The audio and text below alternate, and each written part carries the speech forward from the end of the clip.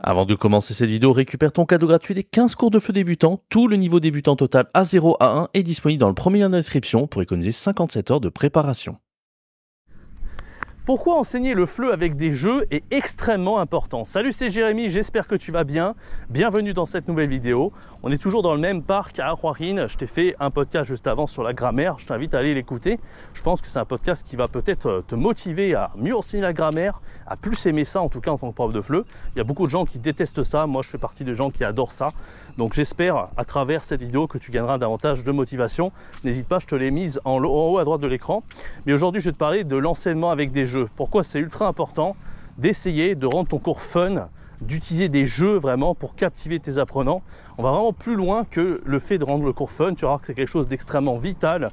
Et si tu le fais pas suffisamment, que tu mets pas suffisamment de jeux dans tes cours, je t'invite à bien rester jusqu'à la fin de cette vidéo. Et au passage, laisse-moi un bon like si tu aimes ce genre de décor. Regarde-moi un peu les statues là, juste en face de moi, c'est assez magnifique. Bon, on va passer par là, on va essayer d'explorer un peu plus ce parc qui est assez magnifique. Alors, pourquoi enseigner avec des jeux, c'est ultra important. Comme tu le sais, c'est un truc en fait que les gens font pas assez parce qu'en fait, on va partir en fait de l'effet inverse, de l'extrême inverse en fait, du cours qu'il faut pas faire. Les cours magistraux, tu vois, les cours chiants. Je sais pas si tu as fait un diplôme de FLE ou pas, mais si tu n'en as pas fait, il faut que tu dois savoir que une des meilleures méthodes d'enseigner, en fait, les deux dernières méthodes dans l'approche, parce qu'il y a plusieurs approches d'enseignement du FLE, tu vois, ça évolue au fil des dizaines et des dizaines d'années. On est passé des enseignements avec l'audiovisuel, tu vois, avant on faisait la méthode grammaire-traduction qui n'était pas terrible. Et puis à terme, en fait, on est arrivé à la méthode communicative et après la méthode actionnelle. La méthode actionnelle, c'est la méthode, tu vois, où vraiment on va se déplacer, on va faire, dès qu'on aura fait la leçon de FLE, on va aller dans le supermarché, on va faire en sorte que les apprenants, ils savent commander dans des situations concrètes, etc. Donc tu vois, on a évolué en fait de méthode d'enseignement dans le FLE. Il faut savoir que l'inverse en fait du fait de faire des jeux, finalement, c'est la méthode qu'on voit en fait en amphithéâtre, à la fac, tu vois, les méthodes un peu chiantes d'enseignement où le prof, c'est un peu le gourou, il va te faire un cours pendant 2 heures, 3 heures et c'est ultra chiant, tu vois, surtout pour un apprenant parce qu'en fait, ce genre de cours, il peut être utile, encore une fois. Tu vois, par exemple, dans les formations, j'essaie aussi de les rendre pratiques. Je te donne des petits exercices, c'est par petits bouts, tu vois, je les compose bien, je te dis de faire des petites choses pratiques souvent dans mes formations. Je veux pas que ça soit 100% magistral. Mais bon, le côté magistral, je dis pas qu'il est mauvais, il peut être utile, tu vois. Surtout, il y a des cultures, par exemple, sur, tu vois, les apprenants d'origine japonaise ou coréenne, ils sont pas habitués à ce qu'il y ait trop de communicatif. Donc des fois, il faut être capable de s'adapter, il faut être capable de faire des cours un peu plus magistraux. Et ça, je t'avais fait une formation là-dessus qui s'appelait Enseigner en groupe. Et dedans, je t'expliquais comment faire aussi des cours un peu magistraux sans que ça soit trop chiant et surtout pour captiver différents types de nationalités, en particulier les apprenants d'origine coréenne et japonaise, tu vois. Mais bon, c'est pas le sujet de cette vidéo. En tout cas, ce qu'il faut comprendre, c'est que le cours magistral, souvent, c'est un cours où effectivement on va fermer sa gueule, on va être assis sur une chaise pendant 2-3 heures et on va prendre des notes.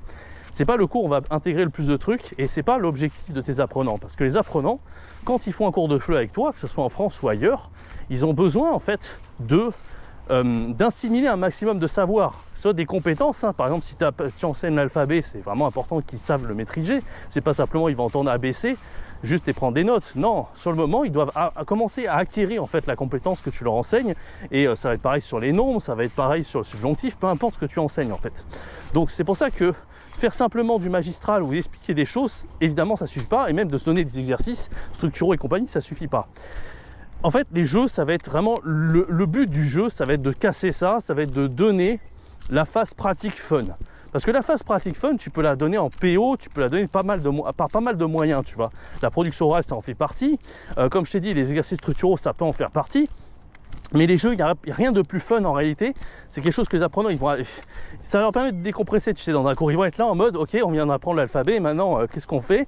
Je suis pas sûr de l'avoir maîtrisé. Ah ouais, à la maison, je dois faire tous ces exercices structuraux. C'est ok, d'accord, je les ferai. Peut-être qu'il va maîtriser comme ça, tu vois, mais en vérité, tu verras que non seulement avec les jeux, ça lui permet d'assimiler beaucoup plus vite, mais en plus, ça leur permet de décompresser en classe. Alors surtout quand c'est des groupes en présentiel, mais en ligne, c'est exactement la même chose. Et il y a pas mal de moyens de faire des jeux, en fait. Il y a plein de méthodes différentes. Et je t'en parle vraiment dans la formation Enseigner avec des jeux, de comment faire. Donc, il y a, par exemple, des learning apps. Tu vois, tu vas sur le site learningapps.org, tu crées un petit QR code, tu fais scanner à l'apprenant. Et c'est parti, tu vois. Et moi, je t'ai créé plein de learning apps si tu as la flemme de les créer, parce que ça prend quand même un peu de temps. Aujourd'hui, on a ChatGPT, on n'avait pas forcément ChatGPT à l'époque. Donc, waouh, belle vue, là, j'aime bien les petites maisons ici avec les statues et tout, c'est assez sympa. Mais voilà, en fait, c'est vrai que quand tu as ChatGPT aujourd'hui, tu peux gagner du temps, mais si tu n'as vraiment pas envie de te prendre la tête, moi je t'ai préparé ces cours, justement avec des QR codes, etc. Ça, c'est dans les 100 cours de FLE préparés que j'ai proposé là la semaine d'avant. Donc j'espère que tu t'es procuré le pack Digital Nomad si ce n'est encore fait. Mais si tu n'as pas envie, c'est pas très grave. Tu as déjà la formation enseignée avec des jeux, tu vas comprendre comment pouvoir faire des jeux par toi-même. Donc il y a différentes façons de faire des jeux. Tu as, comme je l'ai dit, Learning Apps. Tu as Kahoot aussi, qui est un super outil pour faire des jeux. Et tu as d'autres outils aussi. Mais on va dire que c'est les deux principaux que j'utilisais. Je pense qu'il y en a d'autres. Ouais, tu peux faire des quiz, des flashcards, tu peux faire plein de trucs avec des jeux. J'en parlais dans cette formation. Là, je ne les ai pas tous en tête, mais voilà. Donc en fait, l'intérêt de faire des jeux, c'est tout simplement de faire assimiler davantage tout ce que tu peux. Ça peut être le vocabulaire, ça peut être la grammaire, ça peut être la production orale, ça peut être n'importe quoi. Mais ça permettra de décompresser, de relâcher la pression à des moments clés de ton cours, parce que comme tu sais, un bon cours, ça va être quelque chose d'équilibré. Donc pas hésiter à mettre des jeux pour vraiment faire assimiler davantage et en même temps mettre des pauses pour que l'apprenant il continue d'apprendre. Il n'aura même pas l'impression en fait d'apprendre, mais ça sera fun pour lui, tu vois. Et souvent nous, des fois on nous dit allez, il faut mettre des jeux, etc. On prend un truc tout prêt, c'est un peu nul, tu vois. Un vrai jeu, c'est un jeu que toi tu as pensé et qui te parle en fait. Il faut que ça te parle quand tu choisis ce jeu. Donc moi souvent ce qui me parlait, c'était soit je les faisais moi-même, je mettais pas trop de temps à les concevoir, soit voilà, il y avait des incontournables qui étaient super bien, tu vois. Il y a des jeux comme ça, comme Loup-garou, qui étaient vraiment très très bien. Il y avait plein de jeux que je faisais souvent, le Dixit version Pictionary, enfin je n'ai pas mal parlé sur la chaîne principale. Je sais pas si tu te rappelles un peu de toutes ces anecdotes que je t'avais données à l'époque.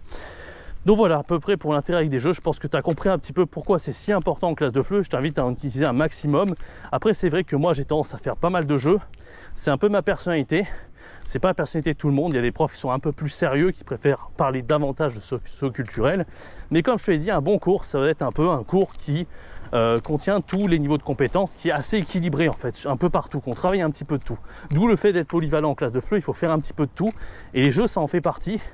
Et je vois trop de profs en fait qui sont là en mode ok, il faut faire des jeux parce que je l'ai appris, parce qu'effectivement ça plaît aux apprenants, mais ils sont là, ils mettent pas trop d'énergie, ils essaient pas d'animer le jeu, tu vois. C'est aussi bien quand tu fais des jeux où tu es toi-même l'animateur, comme Loup-garou par exemple, mais il y en a d'autres, il n'y a pas que ça, parce que tu vas connecter davantage tes apprenants. Et en fait c'est ça le but aussi dans un cours, c'est bien de faire que les apprenants ils fassent un jeu entre eux, mais encore une fois, si tu peux faire de temps en temps un petit jeu où toi tu es l'animateur.